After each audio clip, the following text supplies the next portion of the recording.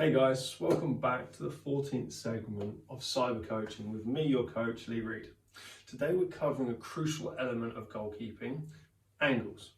Now, before going on to angles, there's two things you're going to need to know. One, down the line of the ball, and two, getting into the line of the ball. Now, to find those two out, if you go onto my website, thekeeper.co.uk, go onto the basic coaching segment and have a look at the interactive elements on there. It will show you all the things you need to know to cover this topic area.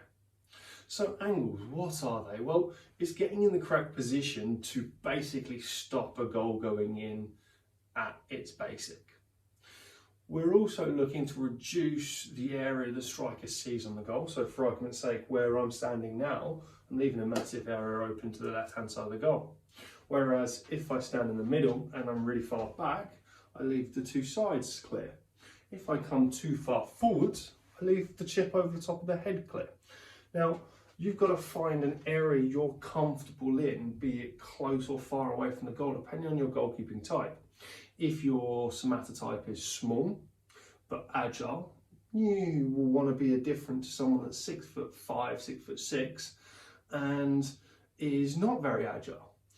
And depending on your goalkeeping style, are you agile, are you quick, are you good at diving, are you better at crosses?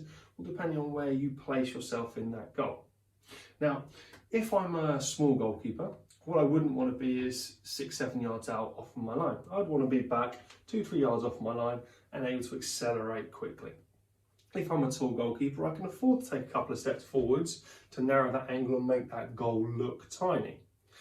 There's too many at the moment that are coming 7-8 yards out, and all they do is literally watch the ball as it goes into the back of the net.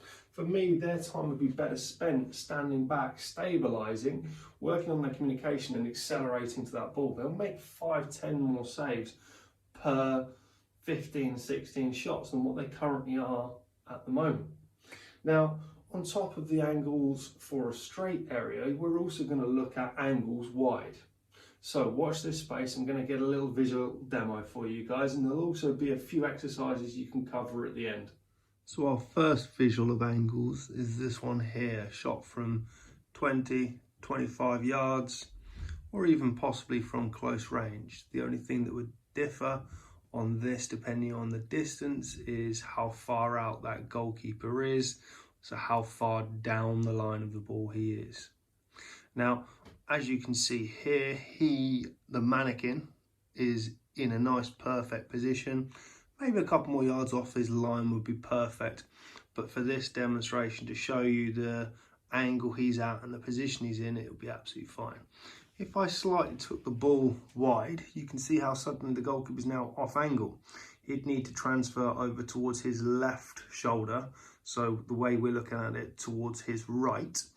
And go closer to that front post. Whereas the same principles, if you go back the opposite side and you go there, again, he'd need to transfer, but he'd need to now take a step to his right, or as we look at it, he'd need to take a step to his left. So at the moment, from that straight approach, his angles would be perfect. Now, what I'm going to do is show you what happens if he takes too many steps forwards. Now here, as you can see, he's narrowed the angle perfectly. However, he's leaving a big gap over the top of his head for any chip. So here, if it was a one-on-one situation and the striker had broke the back line of the defence, he'd want to come out and accelerate to that ball. However, at the moment, if it was 20-25 yards out, he'd be leaving that chip over the top. So depending on whether he's agile enough to get himself back or readjust, depending on what position he'd want to be in here. So coming from that wide approach at angles, now we slightly moved to the striker's right or the goalkeeper's left. It'd probably be about a step in a normal game scenario. What you're starting to see is to our left side, so as we're looking here, left-hand side of the room, to the goalkeeper's right shoulder, there suddenly is a lot smaller gap. So the closer post to us now becomes the right-hand post. What the goalkeeper needs to concentrate on here is keeping his left shoulder outside the line of that front post. Now, obviously, strikers are taught to shoot across the goalkeepers, so to go to the left-hand side of how we're looking at it. And obviously, that is the area that the striker would probably look to try and strike towards. Now, that's a harder shot because obviously it's a further distance away. So as long as the goalkeeper is covering his angles correctly and it's not suddenly skew-if depending on where the ball is, he should have a greater chance to make that save. Now, just to show you what happens when that goalkeeper goes too far back on his line, as you can see, his left shoulder is now, if he dived, would go behind his front post. On top of that, he's making that goal look a lot bigger than it actually is. And we're now starting to see both the left-hand side of the goal, the right-hand side of the goal. The only part that obviously doesn't look too big is that central part of the goal. So as a striker, if the goalkeeper is too far back and he hasn't narrowed his angle, that goal's opened up hugely for us. Exercises I want you guys to try today. I want you in a set stance and I want you to close your eyes. The person helping you today is going to walk around your garden or around your driveway. And whilst your eyes are closed, they're going to put the ball down wherever they want and they're going to shout yes. Once they shout yes, you've got to move down the line of the ball, you've got to move into the line of the ball, and then you're going to set where you think your correct angle is for that strike. At which point they're going to put the ball in between where your feet are, and you can walk around and have a look at the other ball and see if it's a straight line in between the middle of the goal, the ball that was at your feet, and the ball that was struck. So that's your first exercise. The second exercise is a little bit more of a reaction exercise. You can turn off the post. On a shout of turn, you're turning in to then set wherever the feeder is going to strike from, giving you a little bit of handling exercise. Now, with this one, I would go for an underarm throw just to get some basics in, to get your eye contact on. We're not doing anything strenuous today. It is an easy day today.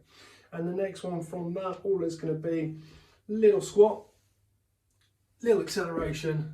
They've moved either left or right. You're going to then step to that corresponding side and set for a strike. They're your 3 exercises to try today. Now, the only part left for today is the cyber coaching points. For those guys that remember, all those years ago in my actual gym area, we've got a boxing mannequin.